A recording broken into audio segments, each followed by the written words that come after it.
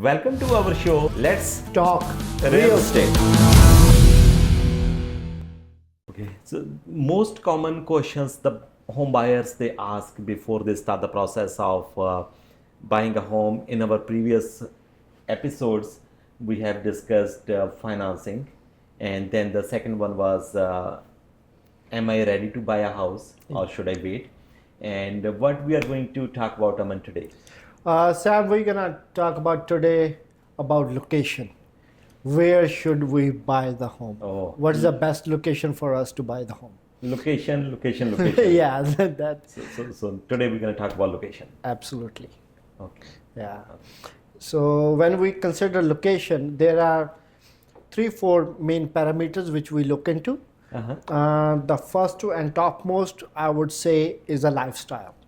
Okay. What kind of lifestyle you have, and what kind of lifestyle you wanna keep it. And if I'm going to buy for investment purpose, Yes. then it will be different.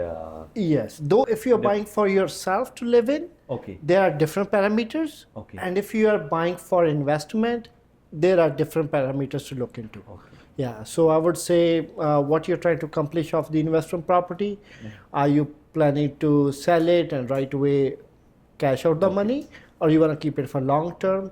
What are your goals? Yeah. So, Let's like if it is for investment, then again, before we decide about the location, if it is long-term investment, short-term investment, or you're going to flip the property. yes. So, but let's talk about if it is your principal residence, you are going to live there. Yes.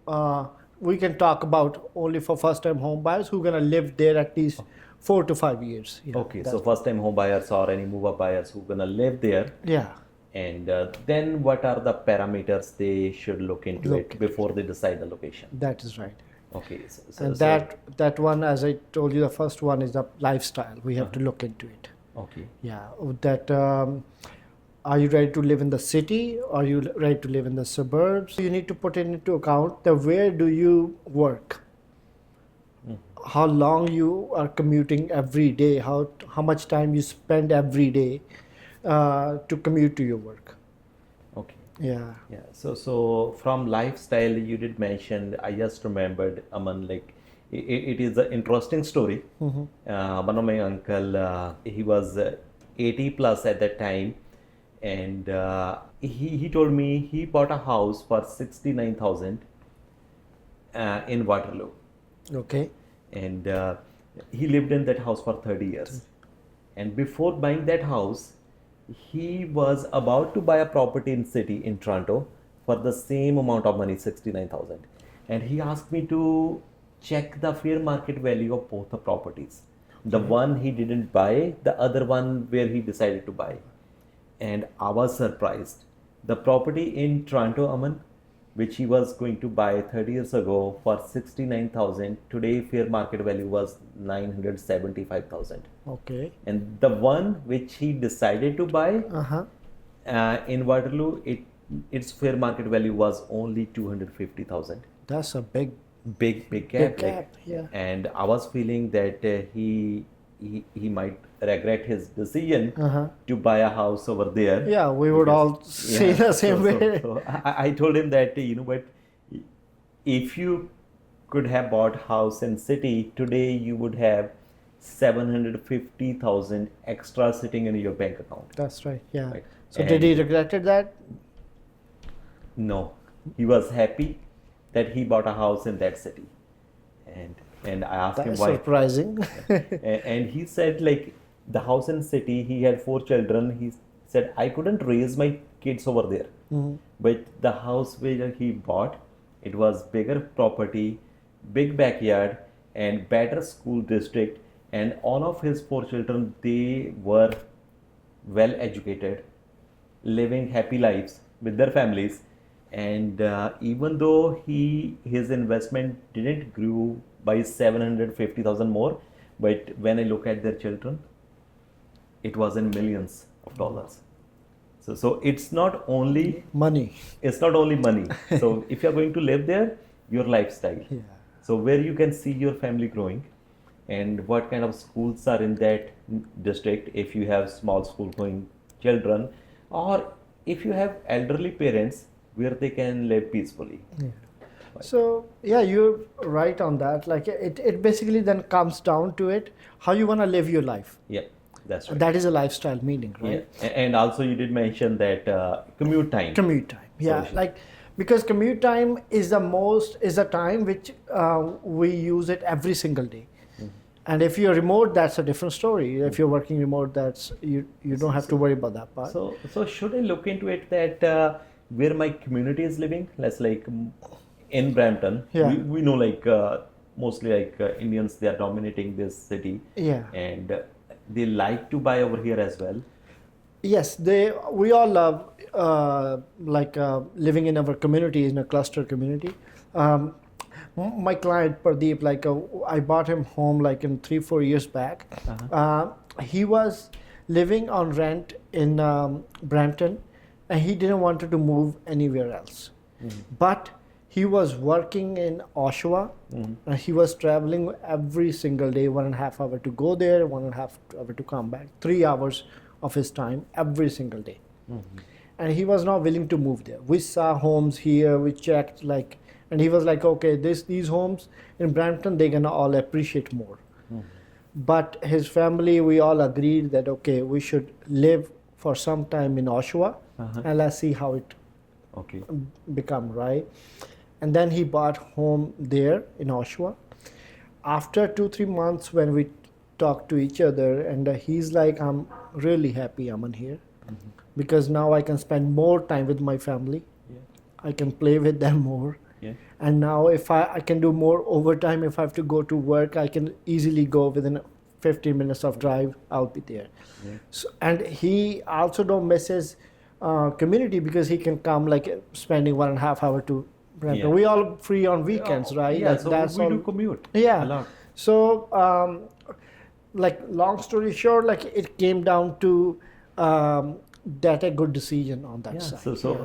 I was just doing the calculations. He's saving 1 hour in commute to go there, and then 1 hour while he's coming back to home. That's right. So 2 hours a day, 10 hours a week, so 52 weeks in a year. So he had got 520 hours extra to spend with his family. Yes, we have to look for the appreciation of the property, but we are living the life every single day. We do that, right? That's important. And the second thing, I think, Aman, you would agree with it as well, that while selecting a location, the first thing is your lifestyle, and also if this neighborhood is owner occupied or rental neighborhood, because there are tons of investors now in Canadian real estate market. Right. And some areas they do have more rental properties, and some areas they do have more owner occupied properties. So we should look this thing into picture as well. I don't agree that much with that concept. In these days, everywhere there are tenants. Right, and it's not a bad thing. It's a mixed community on that part. You don't know if next neighbor are tenants, or they are going to, and there are families who are renting the homes as well. So in that scenario, yes, there are some really highly clustered tenants area, and it's loud, and it's creating some issues that we should avoid. But other than that, I would say it can happen anywhere. Yeah. That's what you mean. Yeah. But there are some areas where mostly people, they buy the properties to rent it out. Close to colleges or universities. That's the only part. But other than that, if the family is living as a tenant, that is perfectly fine, and there's nothing wrong with that. And we all have tenants, so we lived from that concept as well. So remember, one of our clients, Jay, he called, and his issue was, he said 2 homes on either side of his house, those are rental properties, and his kids never got permanent friends. Every year, people, they are coming and going. So it end of the day, it gonna impact their development as well, because the kids should be street smart as well if you want to develop their personalities.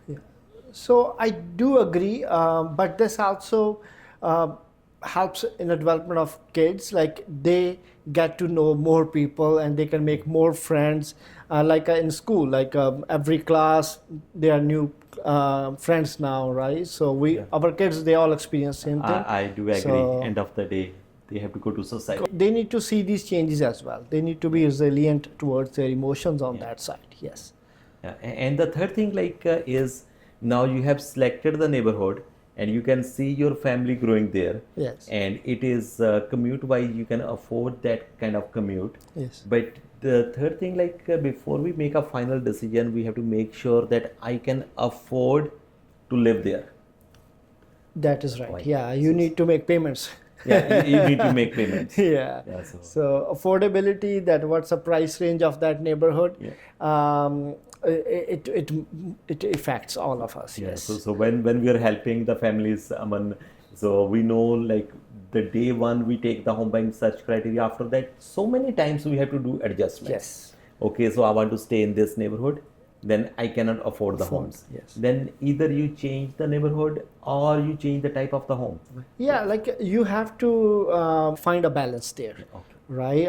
One of our agent, he's right now serving a client. They want to stay in only that community within where they are renting right now, within a 2 kilometers of circle, and they are very stubborn on that part, and that's a good thing. They love that community, and that's fine.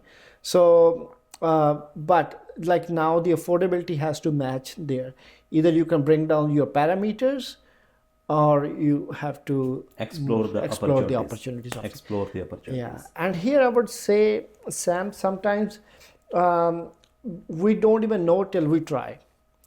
I had a client who was willing to live in Mississauga in condo apartment, but his family was coming from India, so he needed a bigger house.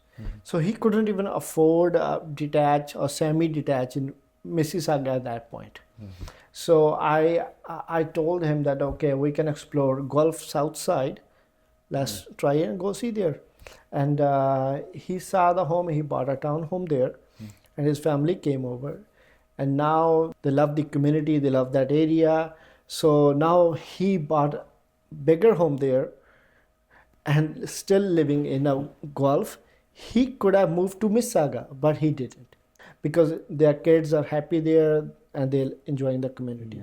So end of the day, like it is a puzzle. Yes. You have to solve it. Yes. And so many adjustments we have to do. And moreover, like all these things are interconnected. All these questions. Yeah. So if I'm answering first question, then it's gonna go back to the fourth one. Yes. So remember, like financing we discussed. Then if it is the right time to buy.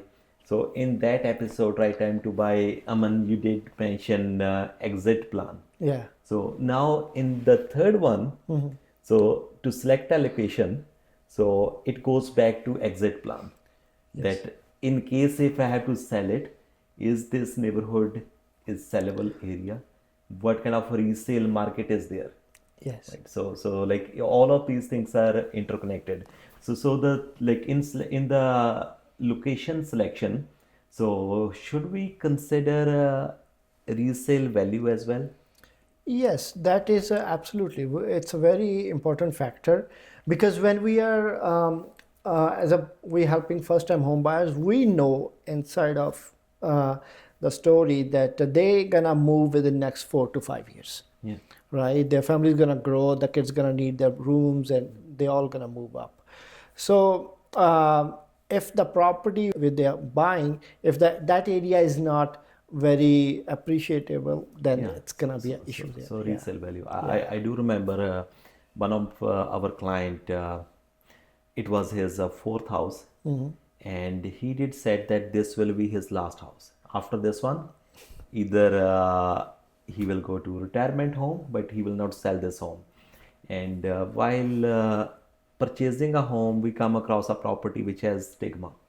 So it was a grow house, but fully remediated. Everything was perfect, no mold, nothing was there, but still mold stays there.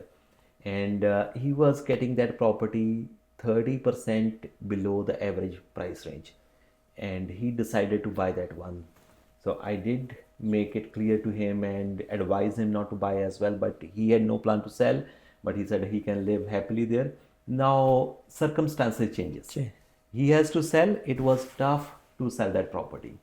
So resale again, that was a unique situation, but again, resale is also a most important factor we should keep in account before we make a decision. Yes. No, there are so many examples. Like there are cities which are still under development, and people go from Brampton and buy there, and there's a long commutes just because home is new, and those areas, and when market hits, it's hard to sell. Yeah. Because there's nothing around them. It's just new homes. So like it totally depends how things gonna change quickly. It depends. Yeah. The only thing is like if you know the background, what's Yes. gonna happen in this neighborhood, so you can improve so many things. So many things. Like when we are selecting the neighborhood, so as like we always do is like we do check if there is any future development coming to that neighborhood, it gonna impact positive or negatively that neighborhood. Yeah. Right. So those are the parameters we should look into it. Anything else in the location selection, Aman, we should keep in mind? If you have kids and you're thinking about schools, that could be a big consideration as well. Okay. That what kind of ratings schools have.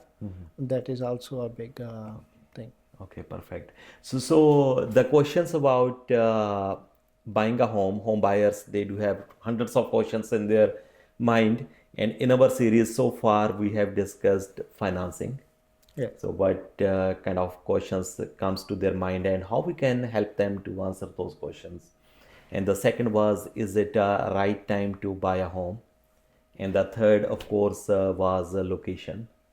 So what kind of location they should look at it. And in our next episode, Aman, what we're gonna talk about? We should ask our viewers Okay. what should be the next topic.